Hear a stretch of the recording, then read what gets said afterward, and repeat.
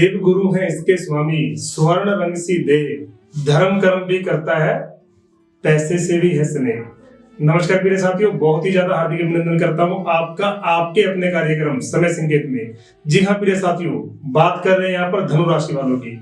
कैसा रहने वाला है मार्च 2024, कितनी बनेगी आपके ऊपर सूर्य देवी कृपा, शुक्र मंगल की युति क्या करेगी आपकी कुंडली में, और साथ ही आपके 4th हाउस में राहु क्या धमाल मचाएंगे।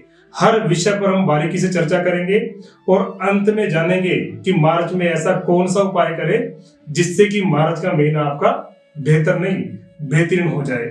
लेकिन उससे पहले आपको एक विशेष सूचना देनी थी कि अगर आप लोगों को अपनी कुंडली पर डीप एनालाइज कराना है, आप चाहते हो कि आपकी कुंडली का विश्लेषण हो, तो आपको सिर्फ चैनल के डिस्क्रिप्शन में दिए गए नंबरों पर ही संपर्क करना है। अगर आपके कमेंट पर कोई अपना नंबर शेयर कर रहा है या आपसे नंबर मांग रहा है तो ध्यान दीजिएगा, वो स्कैम भी हो सकता है। चलिए शुरुआत कर लेते हैं। कैसा रहने वाला है मार्च 2024 धनु राशि वालों के लिए। प्रिय साथियों, यह कार्यक्रम आपकी जन्म राशि चंद्र राशि पर आधारित है।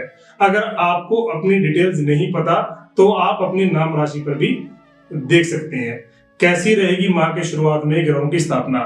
सबसे पहले आपके मंगल और शुक्र कुंडली के दूसरे भाव में, सूर्य बुध शनि कुंडली के तीसरे पराक्रम भाव में, कुंडली के 4th हाउस में आपके राहु, कुंडली के पंचम घर में गुरु, कुंडली के 10वें घर में केतु और कुंडली के इनकम घर में लाभ भाव में आपके विराजमान रहेंगे चंद्रमा। राशि स्वामी कौन है आपके लग्नेश, मालूम होना चाहिए आपको, बृहस्पति। प्रिय साथियों, जब भी आपके स्वास्थ्य का विचार करना है, आपकी हेल्थ का विचार करना है, तो हम कुंडली में लग्नेश की पोजीशन देखेंगे कि लग्नेश किस परिस्थिति में है।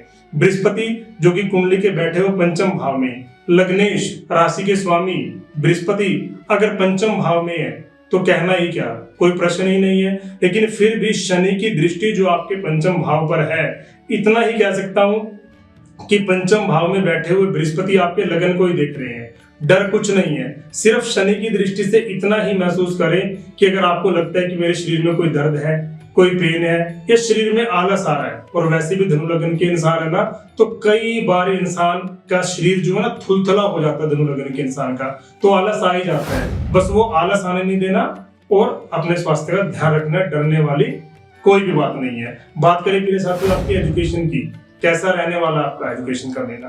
प्रिय साथियों, 5वें घर से हम देखते हैं आपकी कुंडली में एजुकेशन कैसी जाएगी आपकी एजुकेशन।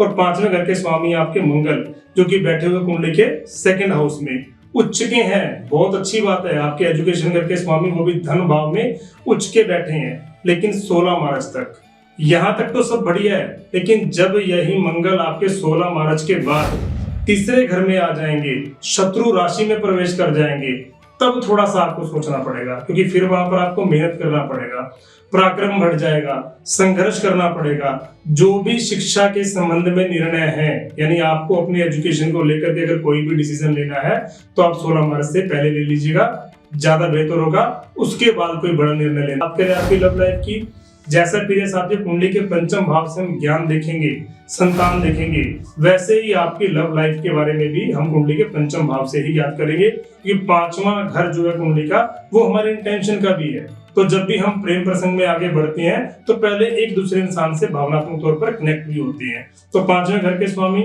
आपको भी बताया मैंने मंगल है। मंगल आपके 2nd हाउस में बैठे हैं, कोई बुरे नहीं है। और दूसरी बात क्या है कि मंगल के संग शुक्र की युति भी है, तो प्रेम प्यार अच्छा नजर आ रहा है ना। लेकिन एक बात आपको बताना चाहूंगा कि जब 16 मार्च के बाद ये 3rd हाउस में आ जाएंगे तब थोड़ी सी परेशानी हो सकती है, क्योंकि इस समय तो आपके अंदर थोड़ा सा एग्रेशन लेवल में कह सकता हूं, या फिर दूसरे शब्दों में मैं कहूँ कि सामने वाला जो पार्टनर है वो थोड़ा सा आपको ऐसा लगे कि मेरे अनुसार है ना, या मेरे विचार व्यवहार के अनुसार आगे नहीं बढ़ रहा। लेकिन बृहस्पति पंचम भाव में बैठकर हर जगह आपको बचाने का काम करेंगे।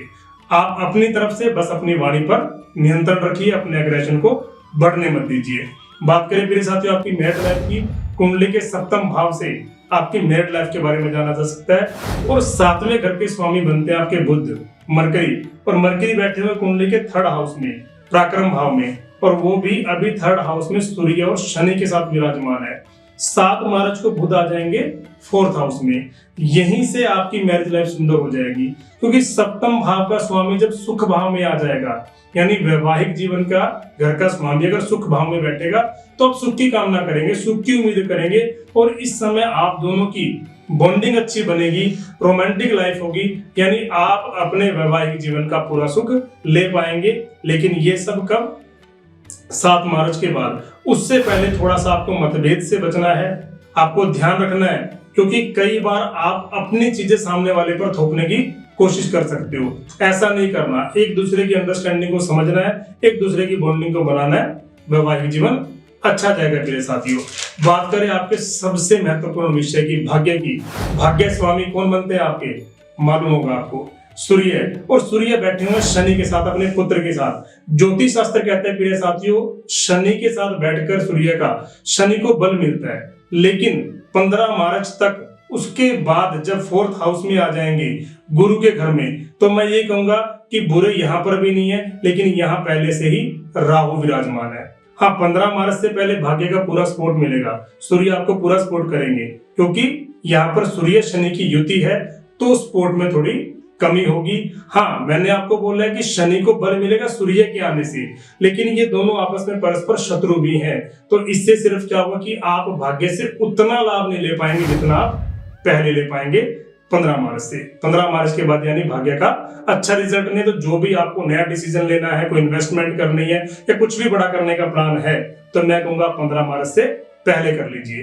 कैरियर की बात करें, कैरियर के लॉर्ड बनते हैं आपके बुध। बुध 4th हाउस में आ जाएंगे 7 मार्च के बाद, तो 7 मार्च के बाद कैरियर के लिए बहुत अच्छा है, फोकस कर पाएंगे, क्योंकि कोई भी ग्रह अगर आपका 4th हाउस में बैठकर अपने ही घर को देख रहे हैं, क्योंकि बुध जब 4th हाउस में बैठेंगे तो अपने 7वीं दृष्टि 10वें घर पर डालेंगे, कैरियर के घर पर डालेंगे, तो कोई भी ग्रह अपने घर में बैठकर अपने घर को देखकर कभी भी बुरा नहीं करता। ध्यान रखिएगा इस बात का। हाँ, उससे पहले मैंने बोला थोड़ा डर, भय, चिंता, तनाव हो सकता है, और खास तौर पर अगर आप जॉब में हैं तो राजनीति से जरूर बचिएगा। बिजनेस 7th लॉर्ड बुध भी बनते हैं, 7.5 खत्म हो चुकी है, सूर्य मैं कह रहा हूं केंद्र में आ जाएंगे, और बुध भी जब 4th हाउस में आ जाएंगे, केंद्र में आ जाएंगे, तो बेहतर आपको अपनों का, स्टाफ का, आपके पार्टनर का अच्छा सपोर्ट मिलेगा, और बिजनेस में कुछ बड़ा नया कर पाएंगे।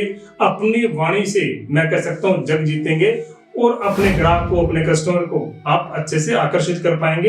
यानी बिजनेस के लिए बहुत बेहतरीन। अगर आपका काम वाणी से जुड़ा हुआ है, ज्योतिष से जुड़ा हुआ है, कंसल्टेंसी का काम है, कोई आप टीचर हैं, वकील हैं, तो मैं कहता हूं और समय आपके लिए बेहतरीन होने वाला है। कैसी लगी वीडियो? लाइक, कमेंट, शेयर जरूर कीजिएगा और बने रहिएगा हमारे साथ। जय श्री राम, जय श्री बालाजी महाराज।